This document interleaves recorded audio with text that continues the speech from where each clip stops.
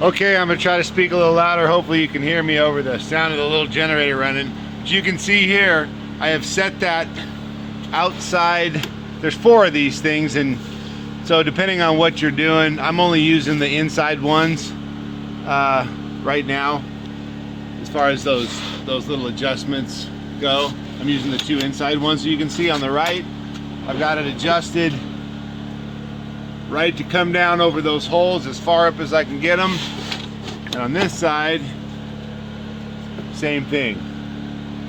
Right up, just eating up the hole, but I'm trying to keep it on this side, because the closer you, on a small door like this, well, on any door, but especially on a small door, the closer in your hinges are, the more this door is going to want to move when somebody, you know, puts their hand on it or something. So more stability is to the outside. So let's see if we can do this here. And this one I've left adjusted to blow out the back, and I'll show you what I mean by that.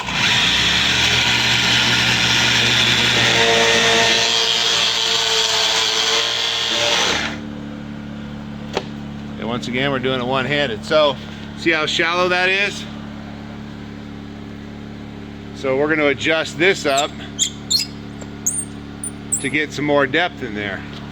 We're going to try it again. Oh, another thing, whenever you're punching, and I'm doing it one-handed, so we're holding the camera, but whenever you're doing this, having this door, you know, doesn't matter the size of the door, and the big ones are sometimes, the big deep ones are harder, but having this door flat against this whole back piece, and we'll talk a little bit about how to make or how, you know, how the fact that you want to have, I've just got this sitting on my table saw, but you're going to want to build a level surface off of both sides of this hinge machine, you know, like a bench where you can lay long doors and they're not going to wobble.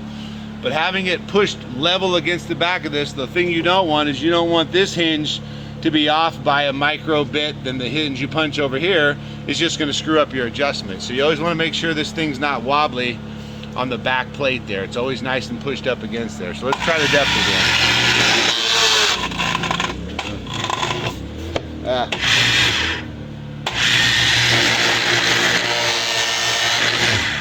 My little generator was kind of struggling there. So let's see where we're at. Okay, see, my hinge doesn't fit all the way down in there. So we're going to adjust up a little bit more. And keep in mind, you know, a lot of these doors are different, so you're going to want to check these adjustments every single time that you do a different set of doors.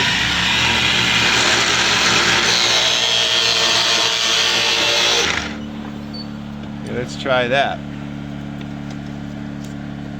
Ooh, we're close.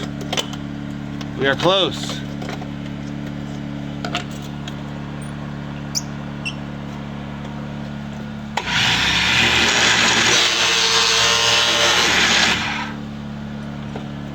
Okay, so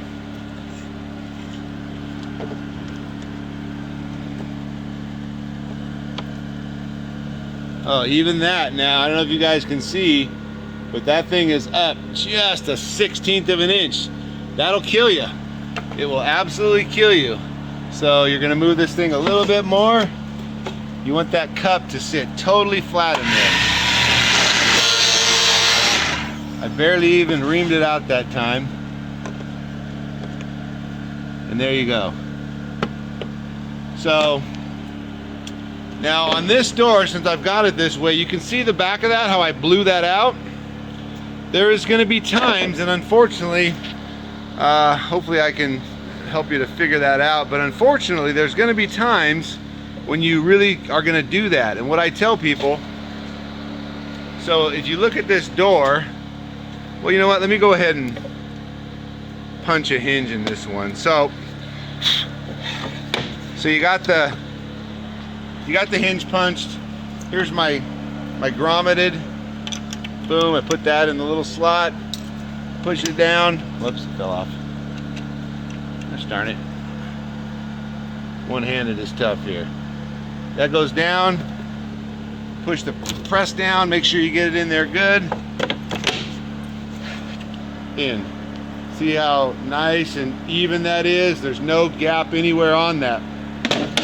So when you're looking at this door from the side, if it was on the side of a set of, you know, cabinets, you would see just that little silver piece sticking on the side, which is, you know, you don't see it from the front. So I tell people on certain applications, which is where you're going to end up with not enough adjustment to make the doors work, I just tell them, oh, you're going to see a little bit of the hinge on the side, and they're usually cool with it. That's a big deal with what we call back panel doors. And Jeremy, you and I talked a little bit about that. I'll see if I can find one. So that's the blown out way. Now on the other way, I'm going to make an adjustment. So still, the reason you do this, if you think about it, the farther your hinge is in to the frame, meaning not blown out the side like that, the less adjustment, the farther apart you're going to have a pair of doors. So here, let me show you. So you got a pair of doors, right? And they meet nice in the middle. Well, if you put the hinge cup where you don't blow it out on the side, then it's going to go farther to the inside. So it's gonna, the cup is sitting in farther. It's gonna, oh, I'm sorry, that's totally backwards.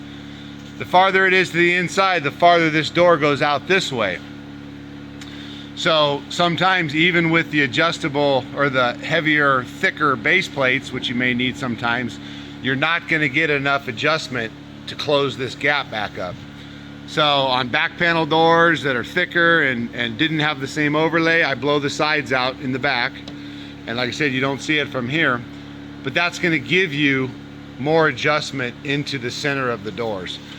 You don't need to do it all the time, but so the other remedy for that, to be sure that at least worst case scenario you're using bigger base plates, is you want to just get it as close to that edge as you can. So let me make that adjustment.